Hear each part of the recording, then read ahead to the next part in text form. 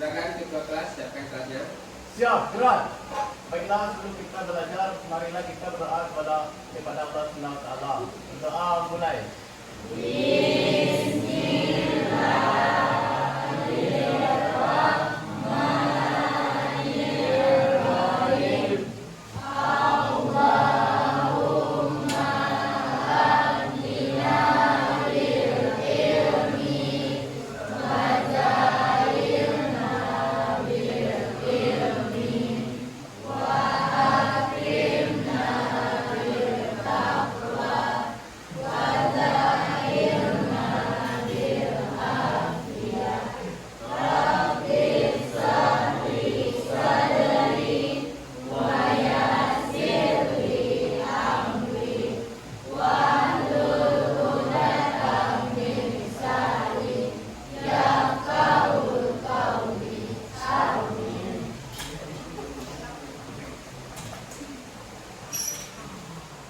Ambil absen dulu ya.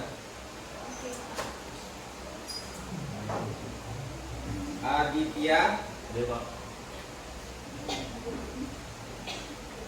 Alan Lorendes Alexa Anugrah Wiristy Aryo Martin Lima Dewa. Bintang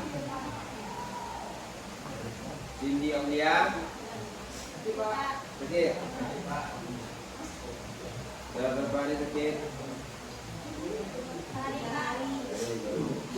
Ada beberapa orang yang sakit dan izin. Mudah-mudahan teman-teman yang sakit dan izin itu cepat kembali sekolah. Bagaimana kabarnya hari ini? Siap memulai pembelajaran? Siap. Sudah sarapan tadi kan? Sudah makan? Kalau sudah makan berarti itu sudah fokus, sudah konsentrasi.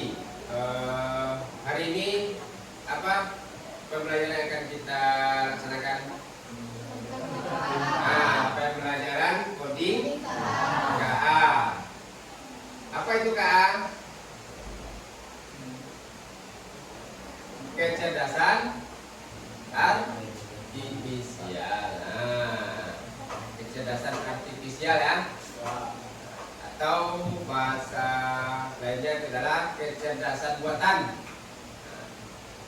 Di coding dan KA, kecerdasan coding dan kecerdasan artifisial.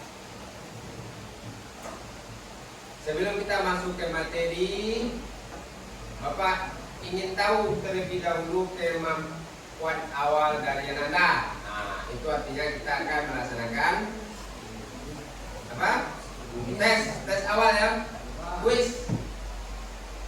Nah, jadi dari quiz ini nanti menunjukkan nanti sejauh mana pengetahuan awal Anda tentang pembelajaran kita pada hari ini. Oke, silakan disiapkan aplikasi kuisnya, itu aplikasi Kahoot di smartphone masing-masing. Sembari Bapak menyiapkan kuisnya. Kalau sudah siap, dengan perangkatnya silakan Anda scan barcode ini. Kalau yang kesulitan men-scan dengan barcode boleh memasukkan PIN. Tunggu dulu teman-temannya ya. Sementara Nangsel memimpin.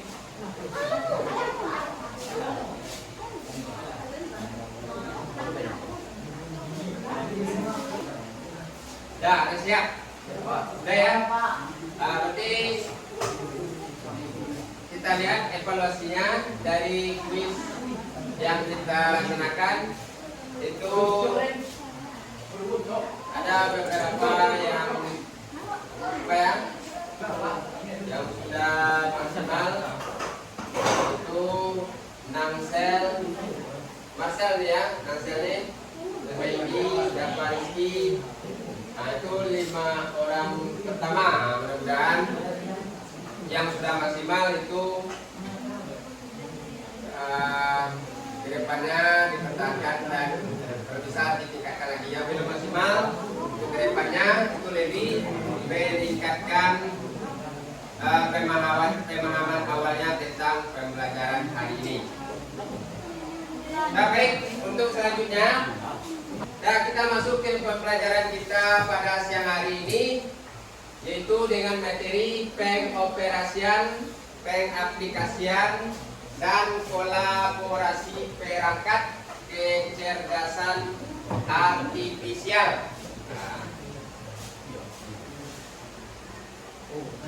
Dengan tujuan pembelajaran yang pertama, peserta didik mampu mengenali dan menerapkan perangkat kecerdasan artifisial pada area pemanfaatan secara umum dan khusus. Yang kedua, peserta didik mampu memilih perangkat kecerdasan artifisial yang sesuai dengan untuk berkolaborasi. Yang ketiga, peserta didik mampu menerapkan kolaborasi dengan perangkat kecerdasan artifisial untuk menyelesaikan tugas yang spesifik. Itu tujuan pembelajaran kita pada hari ini. Baik, kita masuk yang pembahasan tentang AI. Apa itu AI? AI itu apa? Artificial Intelligence, atau teknologi yang memungkinkan mesin berpikir, belajar, dan membuat keputusan layaknya manusia. Di sebuah teknologi yang Artificial Intelligence, atau istilah lainnya kecerdasan buatan yang mampu berpikir, belajar, dan membuat keputusan layaknya manusia. Berarti layaknya manusia itu apa maksudnya? Layaknya ini bukan berarti itu menyamai manusia ya. Tetap kita ini manusia yang masih sempurna. Di sini kata kuncinya adalah mesin berpikir, atau istilah lainnya mesin learning. Belajar dan membuat keputusan. Kemudian, mengapa AI dalam pendidikan? AI dapat meningkatkan efisiensi pembelajaran, memberikan pengalaman belajar yang dipersonalisasi, dan membantu pendidik dalam berbagai tugas. Itu fungsi AI dalam pendidikan.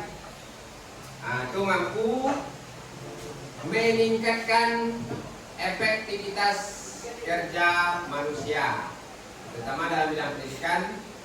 Itu misalnya bagi siswa itu dapat membantu mencari referensi berbagai tugas pembelajaran. AI dioperasikan melalui model pembelajaran mesin. Seperti yang sudah Bapak bilang tadi, itu machine learning. Ada jaringan saraf tiruan atau algoritma pemrosesan bahasa alami. Kemudian data input diproses untuk menghasilkan output berupa prediksi, rekomendasi, atau tindakan. Kemudian pengaplikasian kecerdasan artifisial atau AI. Bidang aplikasi AI diterapkan di berbagai sektor, termasuk kesehatan. Di bidang kesehatan itu sangat penting sekali ya. Berhubungan dengan diagnostik medis. Bidang kesehatan kan banyak berbagai macam penyakit itu bisa didiagnosa. Di bidang keuangan, deteksi penipuan. Seperti zaman sekarang kan banyak deteksi penipuan ini. Seperti di bank ya, banyak tuh pembobolan ATM atau penipuan. Kadang banyak juga itu misalnya account kita itu disalahgunakan, itu kan termasuk penipuan ya. Kemudian pendidikan, personalisasi pembelajaran. Itu pendidikan itu banyak berkumpulan aplikasi AI ini yang tugasnya adalah untuk membantu proses pembelajaran, baik bagi pendidik maupun bagi pelajar atau bagi peserta didik. Kemudian transportasi mobil otonom. Jadi mobil otonom itu kedepannya akan semakin banyak lagi. Apa itu mobil otonom? Mobil yang bisa berjalan sendiri tanpa kemudi. Tidak perlu lagi kita repot-repot memutar setir, repot memasukkan gigi atau menekan rem atau kopling. Karena ada mobil otonom, mobil yang bisa berjalan sendiri. Cukup kita masuk ke mobil, kemudian duduk manis. Nanti mobil itu sendiri yang langsung mengarahkan kita. Jadi langsung mobil itu yang otomatis dia membaca ya. Mau belok, mau lurus, mau berhenti, ya langsung mobil itu. Semuanya sudah ditanamkan oleh mobil itu. Itu yang kecerdasan buatan tadi itu, atau AI-nya ditanamkan. Tidak perlu kita lagi pada saat belok kita harus memutar setir ke kanan ke kiri. Cukup mobil itu aja yang mengarahkannya. Itu mobil otonom ya, mobil yang bisa berjalan sendiri tanpa bantuan manusia. Jadi kita tinggal duduk manis saja di dalamnya. Kedepannya itu mungkin akan semakin berkembang lagi mobil otonom ini. Kemudian industri otomatisasi manufaktur. Banyak tuh di industri yang membantu pekerjaan karyawan. Itu semakin mempercepat pekerjaan karyawan atau pegawai. Ini bagaimana mengotomatiskan semua bidang industri. Misalnya bagaimana mempercepat sampainya pemesanan sebuah barang atau lain sebagainya, atau cepatnya proses pengolahan dari sebuah item. Kemudian selanjutnya kolaborasi perangkat kecerdasan AI. Jadi bagaimana AI itu dapat bekerja sama dengan manusia, atau manusia dapat bekerja sama dengan AI untuk mencapai tujuan bersama. Jadi ada pula istilahnya kolaborasi perangkat kecerdasan AI dengan manusia. Apakah AI itu bisa berjalan sendiri? Tidak, apa alasannya?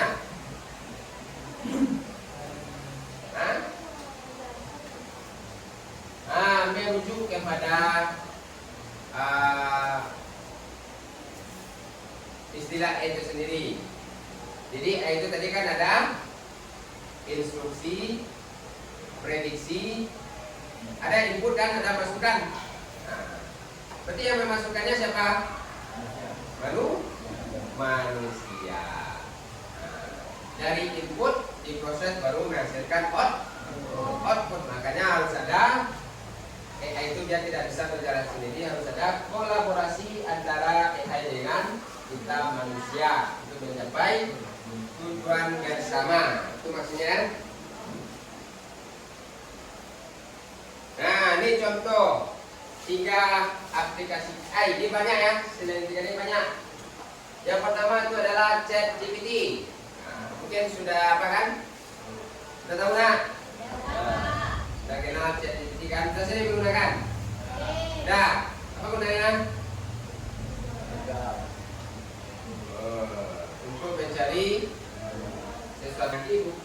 Atau boleh juga kita itu mengkolaborasikan berbagai aplikasi AI ini, bukan hanya ChatGPT ya, untuk mencari, bukan misalnya mencari makalah, mencari referensi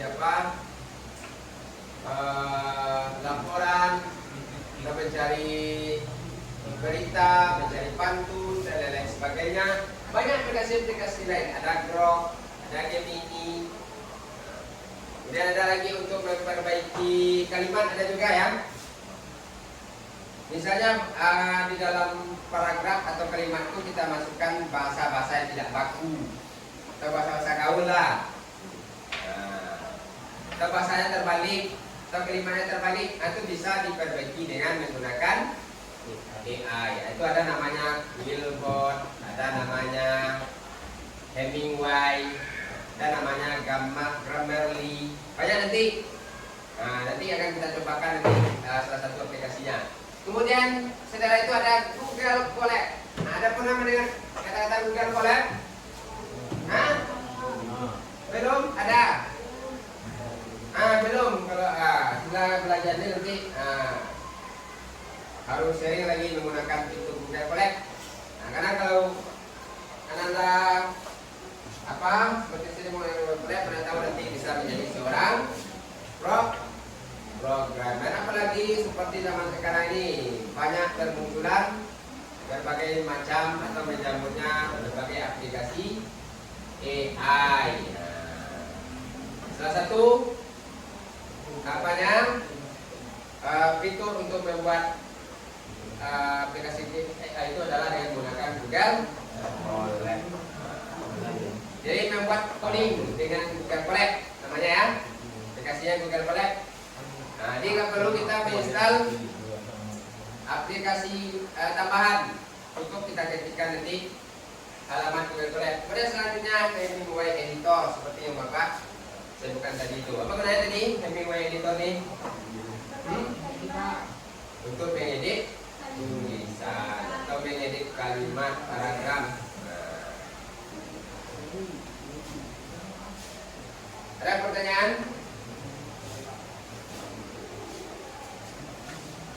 Mengenai aplikasi AI, mencobakan ChatGPT.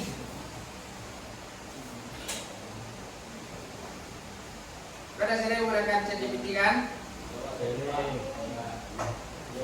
Kalau ChatGPT tinggal kita ketikkan alamatnya di pencarian. Apa keyword atau kata kunci yang akan kita cari? Ini boleh kita mencari referensi tentang tugas. Jadi apa tugasnya?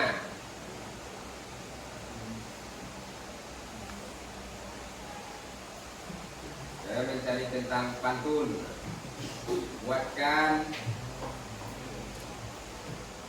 5 contoh puisi puisi tentang hari kemerdekaan.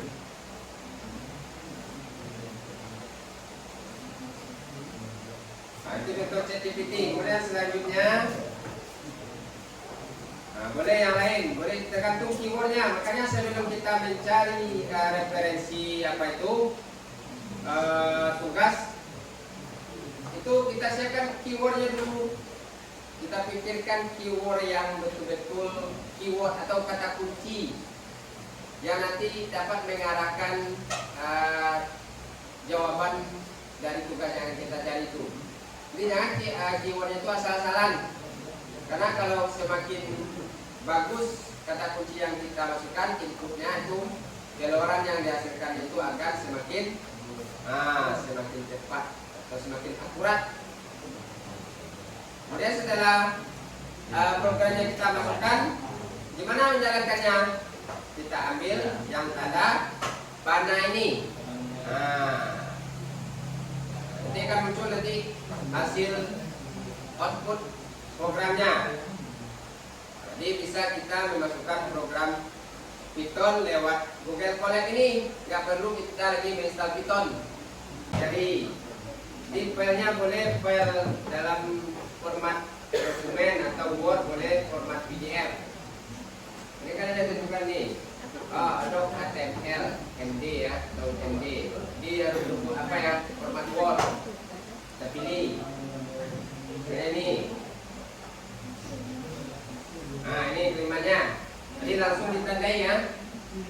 Mana kalimat yang perlu diperbaiki kata-katanya. Perhatikan tuh. Kan ada kata-kata cempet, kata-kata benar-benar. Itu tidak baku kan? Langsung diperbaiki. Gimana caranya? Untuk perbaikinya, kita ambil simply P. Nah, langsung terdeteksi 4 kata yang akan diperbaiki atau tidak sesuai dengan kaidah. Nah, langsung accept. Nah, langsung disarankan, langsung diperbaiki kan? Nah, perhatikan perubahannya. CP tadi berubah menjadi pesat. Tentang tugas sudah di-download kan tugasnya, KPD-nya.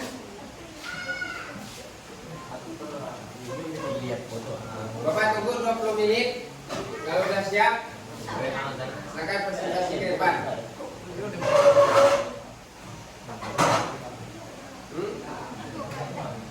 Apa? Gimana?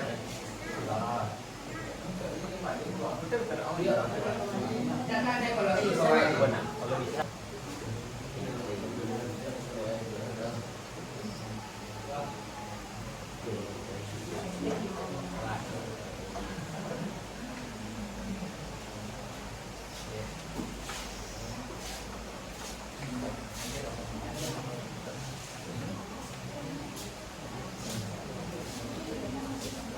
Kayak tadi.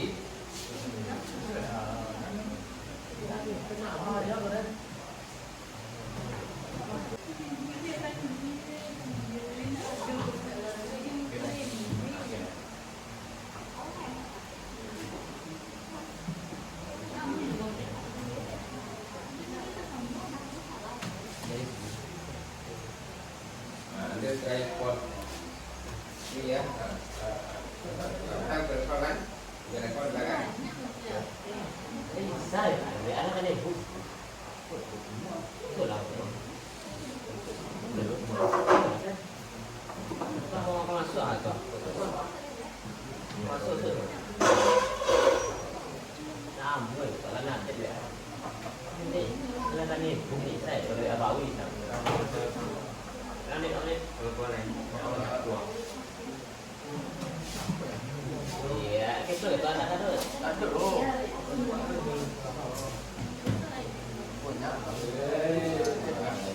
Jadi banyak ada. Kalau bisa lihat itu mau itu. Saya itu mau ya. Itu mau. Saya tak lihat je. Tak lihat dulu. Kita tak lihat. Saya lihat itu bulan. Siapa itu? Dah bisa. Ini mana ni?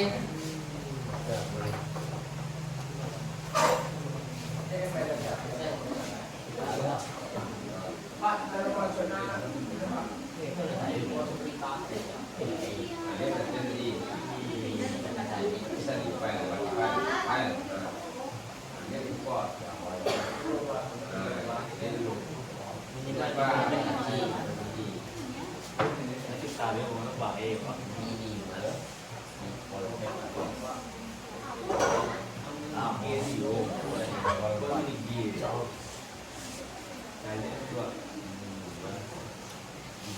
Kalau boleh ditambah presentasi silakan kelompok Danang. Kelompok lain silakan siapkan pertanyaan. Warahmatullahi wabarakatuh.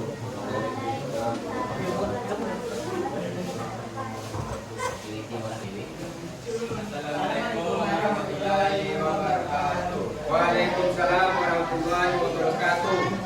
Baiklah, kami dari kelompok 1 akan mempresentasikan cara penggunaan Google Docs. Google Docs. Pertama-tama kami akan membuka PPT.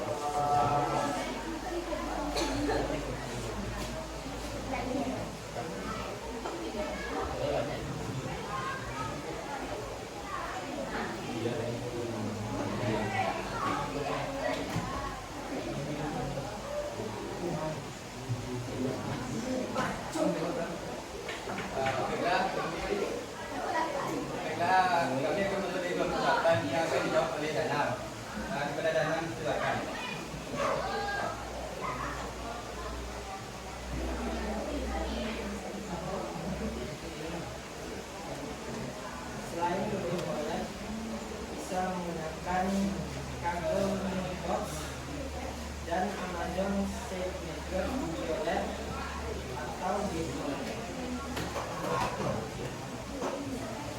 Apakah paham dan terpuas dengan jawaban kami? Apakah ada pertanyaan lagi? Baiklah, nanti akan kami tutup. Assalamualaikum warahmatullahi wabarakatuh. Waalaikumsalam warahmatullahi wabarakatuh. Terima kasih atas kebersamaan ya.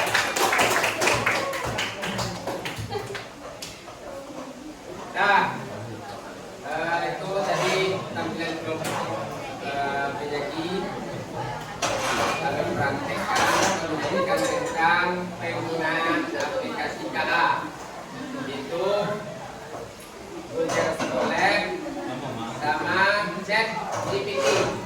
Jadi banyak ya aplikasi KA, bukan itu saja. Boleh menggunakan Grok, boleh menggunakan Gemini. Kalau untuk mengoreksi teks boleh menggunakan ManyUI, boleh menggunakan Grammarly atau Quillbot dan aplikasi-aplikasi KA lainnya. Itu silakan nanti kamu explore. Kalau Ananda tidak sering mengeksplorasinya, itu Ananda tidak akan tahu. Kalau Ananda tidak mau mencobakan, itu Ananda tidak akan update. Kita tahu oh ini aplikasi AI-nya untuk ini udah ada. Kalau nggak pernah mencoba itu nggak tahu.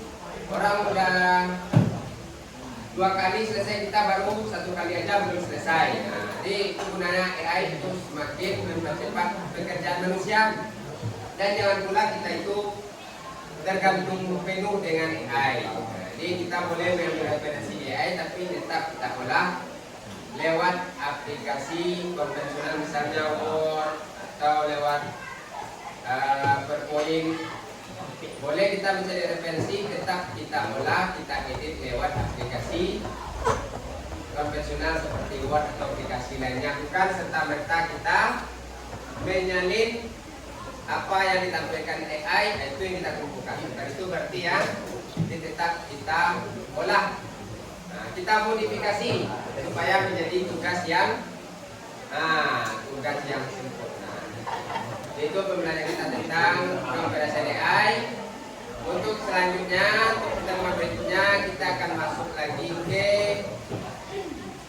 bagaimana efektivitas dari pemanfaatan atau pengaplikasian dari aplikasi AI, atau ada strategi di dalam mencari kata kunci dari AI itu sendiri. Ada nanti istilah zero dan few shoot, itu akan kita bahas di pertemuan selanjutnya.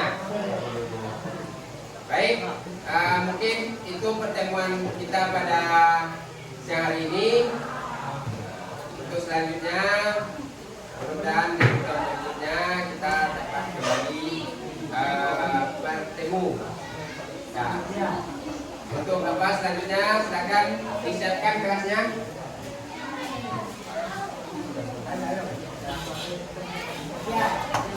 Siapkan kelasnya. Siap, gerak. Bersyukur mulai.